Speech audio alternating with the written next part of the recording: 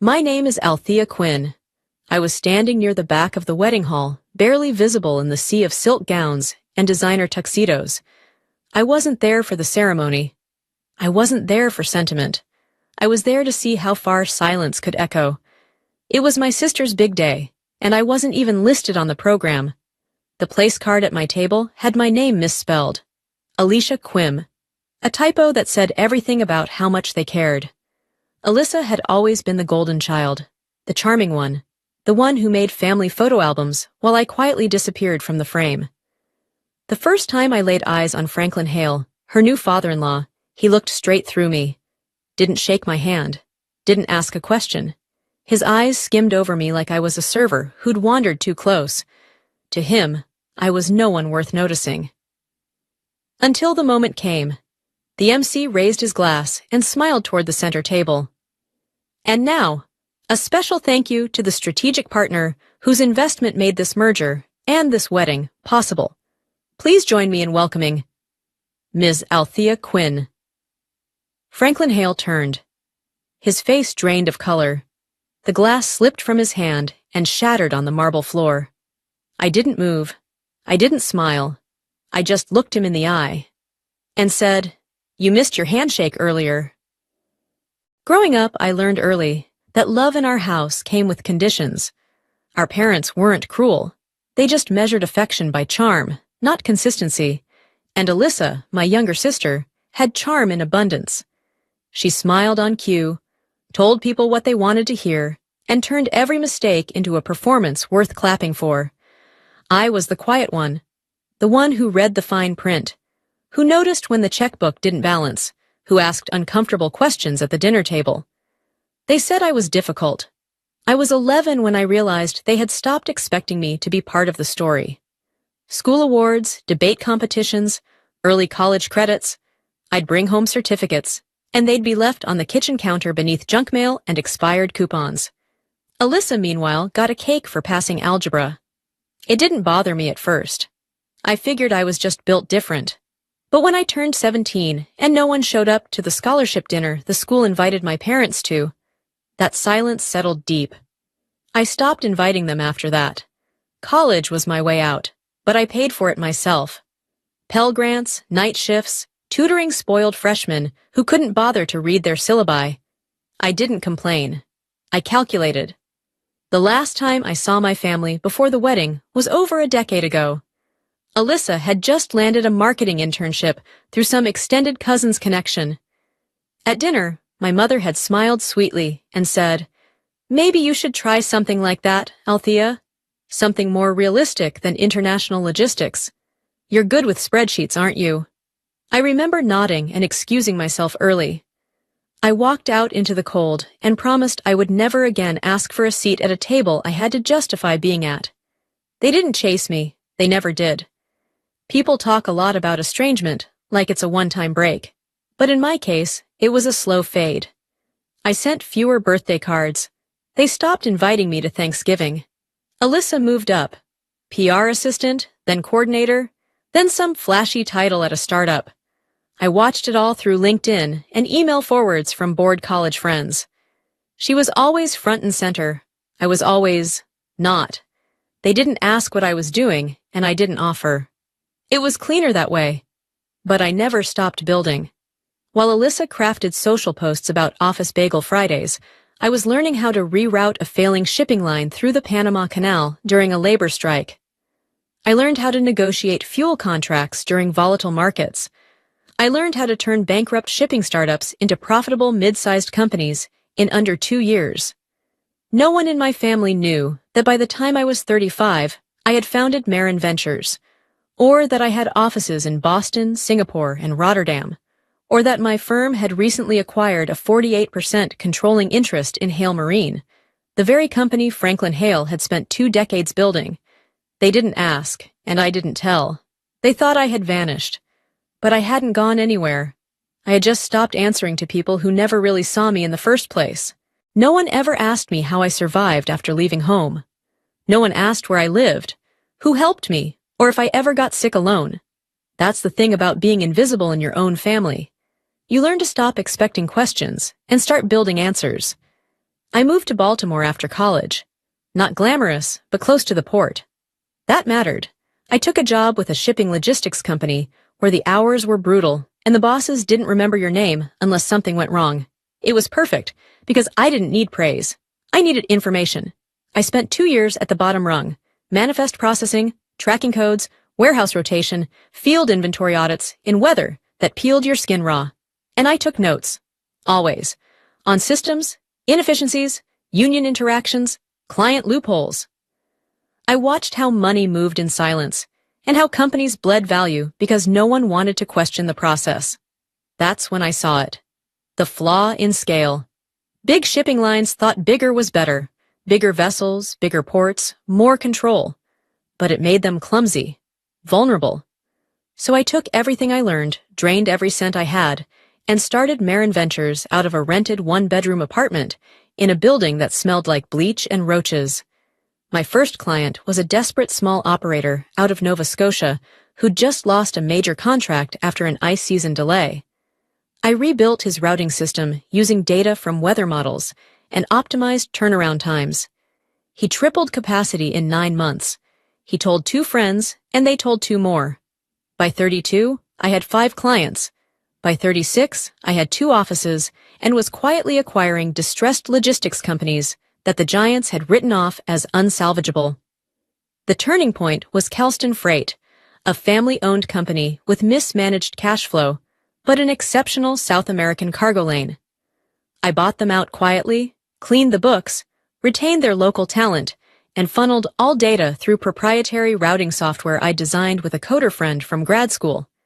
That caught attention. Hale Marine was one of the companies watching. They didn't know it was me, of course. I worked through shell corporations, offshore trusts, clean legal firewalls.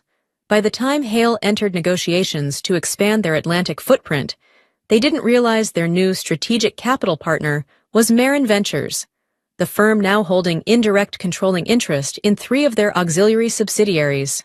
It was beautiful, because it meant I didn't have to beg for recognition. I could buy the table, quietly. Still, I never planned on crossing paths with Alyssa again.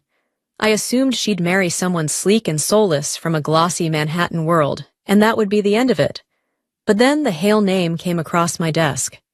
I stared at the due diligence file for a long time the first time I saw it. Alyssa's face was in a company press release from their gala. Standing beside Franklin Hale, beaming. I didn't feel rage. I didn't feel anything. It was just math. Of course it would be her. Of course she'd find her way into a world that looked clean and powerful on the surface. That's where charm lives. When the wedding invitation arrived, weeks after the RSVP deadline, addressed to Miss Alicia Quinn, I almost didn't go. But then I remembered something from that dinner table all those years ago. You're good with spreadsheets, aren't you? Yes, I was. And I had the ownership charts to prove it, so I had my assistant book the flight. I would attend, not as a guest, but as a reminder. The envelope was creased when it arrived. No return address. The cardstock was heavy, embossed with gold foil, as if weight could compensate for sincerity. My name was wrong. Alicia Quinn. But I recognized Alyssa's looping signature in the bottom corner of the RSVP insert. There was no personal note, no phone call, just a formality sent too late and printed too carelessly. I still chose to go. I wore a tailored black suit, subtle, precise, unmistakably out of place among the pastel chiffon and glittering heels that flooded the Hale estate. I arrived precisely 10 minutes before the ceremony, long after the family photos had wrapped, and early enough to watch them avoid looking at me.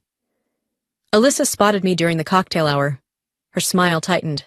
"Althea," she said with the forced warmth of someone greeting a dentist. "I wasn't sure you'd come." "You invited me," I said simply. Her eyes flicked to my suit, then away. "Right, you look professional." "I am." She didn't introduce me to her fiancé, nor to the guests clumped around them like satellites. I was steered toward the edge of the lawn, to a table marked Overflow. I found my place card, Alicia Quinn, next to someone's elderly cousin, who asked if I was in catering. I told him no. During dinner, I ate in silence. I watched Franklin Hale command the room. He was a man who liked the sound of his own voice, booming, decisive, built for boardrooms and declarations. He moved with the kind of confidence that only ever grows in men who have never been told no by someone who mattered. When he made his way past my table, Alyssa trailed behind him. She paused, gesturing vaguely. "This is my sister, Althea." He glanced my way, barely stopping. "Ah, one of the logistics people?" Alyssa snorted before she could catch herself. "Well, not really. She used to do something in transport, I think." Franklin gave a polite, dismissive smile. "Important work. Somebody's got to keep the packages moving." I nodded, matching his smile. "Somebody does." He didn't ask what I did, or who I was, or how I was connected to the family business. He didn't shake my hand.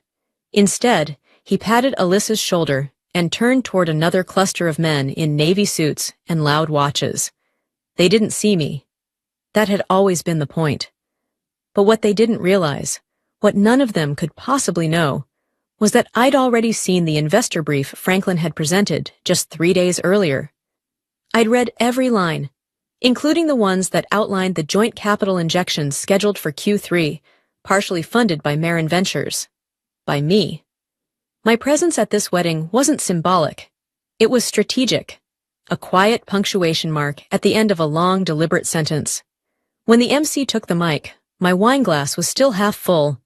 "And now," he said brightly, "a word of thanks to the individual whose vision and resources helped bring this remarkable union, both personal and professional, into reality." Forks paused mid-air. "Please join me in welcoming the founder of Marin Ventures, Miss Althea Quinn." There was a beat of silence, a collective inhale. I stood, adjusted my cuff once, and walked slowly toward the platform. Behind me, I heard it. The distinct, fragile sound of a crystal glass slipping from someone's hand and shattering against stone. I didn't need to look. I already knew who dropped it. I didn't rush. Let them sit in it. The clatter of the glass hadn't finished echoing across the stone floor when I reached the edge of the stage. Franklin Hale stood frozen, his eyes wide, jaw slack. A server moved swiftly to clean the spill at his feet, but he didn't move to help, didn't even blink. He was staring at me like he'd seen a ghost. I gave the MC a polite nod. He stepped aside instantly, one of those men who could smell power midair and vacate accordingly. I didn't take the microphone. I didn't need to speak. I let the silence work. In front of me sat the entire Hale family, the company board, their private investors, Alyssa's new in-laws, all dressed like royalty, now shifting uncomfortably in their chairs. I saw Ruby, the Hale matriarch, give her husband a sharp look, as if trying to determine what on earth was going on and whether it could be spun into something acceptable. To her right, Alyssa sat with her new husband. She hadn't stood up. Her hands were folded in her lap, clutching her napkin like it might stop her fingers from trembling. She wouldn't meet my eyes. I stayed still just long enough for the weight of my name to settle properly into the room. It didn't take long.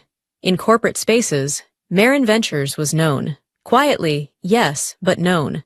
We didn't do press releases. We didn't sponsor golf tournaments or splash our logos on shipping containers. But we had a reputation. Ruthlessly precise, surgical in how we acquired and repositioned struggling logistics chains into efficient, profit-driving assets. The kind of reputation that made certain men sweat through their collars when they realized they hadn't read the fine print on their own cap tables. I saw it happen in real time. Franklin Hale's lips moved slowly as he processed it. Quinn, Marin, Althea. He mouthed the pieces like they were foreign words. And then I saw something crack in his expression. Not panic, not yet, but the dawning of a realization. He'd dismissed the wrong woman. Not just at dinner, not just at the wedding, but in boardrooms, in shareholder memos, in private strategy calls, where he'd referred to my firm as the silent capital. I'd been silent, not invisible. I stepped back from the stage without a word and returned to my seat. The guests clapped, hesitantly, then more confidently, unsure if this was an announcement or a warning. Franklin remained standing. Ruby tugged at his arm, trying to pull him down discreetly. He didn't sit. He looked at me the entire way back to my table, And now he moved. He left the head table and approached mine, that corporate grin already stretching across his face like a patch too small to cover the hole underneath. "Miss Quinn," he said, voice a little too high, a little too smooth. "I had no idea you'd be joining us tonight." I raised my glass slightly, not in toast, but acknowledgement. It was a last-minute decision. "Ah, well, we're thrilled you came. Thrilled!" He looked around as if someone might save him from the growing tension. No one did. He cleared his throat. "We're grateful for your partnership, deeply grateful. The recent expansion, well, it wouldn't have been possible without Marin Ventures. And to think, family too. That's just the cherry on top."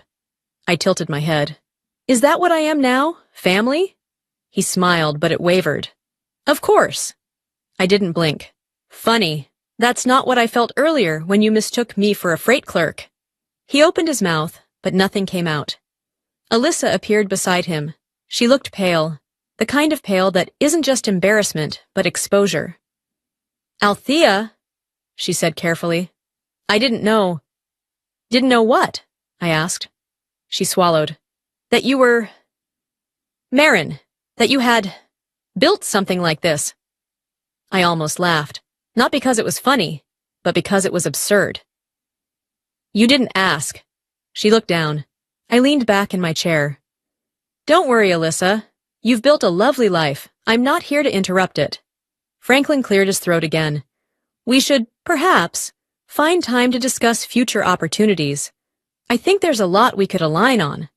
I looked at him the way you look at someone who just realized their roof has been leaking for years. "I'll have my legal team schedule a review," I said, "but I suggest you read your own shareholder structure first. The alignment may not be where you think it is." And just like that, the corporate mask slipped. Not all the way off, but enough to see the fear hiding underneath. They weren't just embarrassed. They were exposed. I excused myself before dessert. The music resumed, forced and brittle. Laughter tried to return to the room, but tripped over its own awkwardness.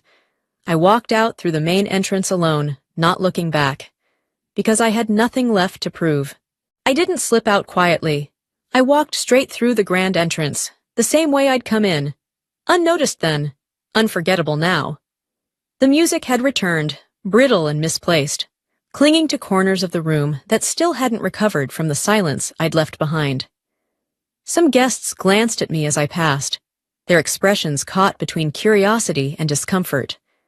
They didn't know what they'd just witnessed, but they knew it mattered, and that was enough. Outside, the night air was crisp. The wind carried the scent of the bay, salt, oil, steel. The Hale shipping empire glittered faintly in the distance, docks lined with containers, like neat lies stacked on top of one another. I'd studied those docks. I'd audited their contracts.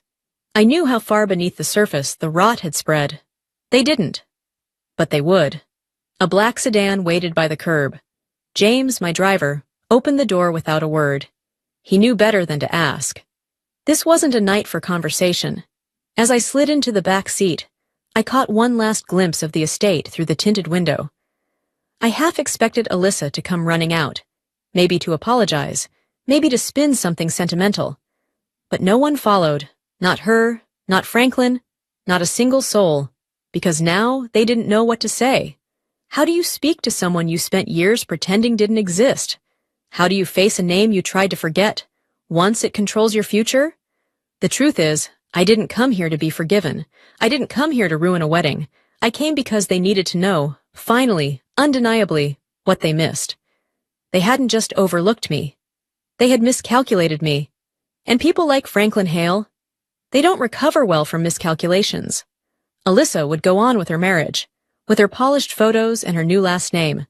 Franklin would likely try to renegotiate terms in the boardroom, reassert control.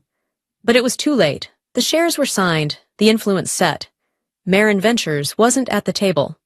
We owned the table, and they'd read that name, my name, on every report, every proposal, every decision moving forward.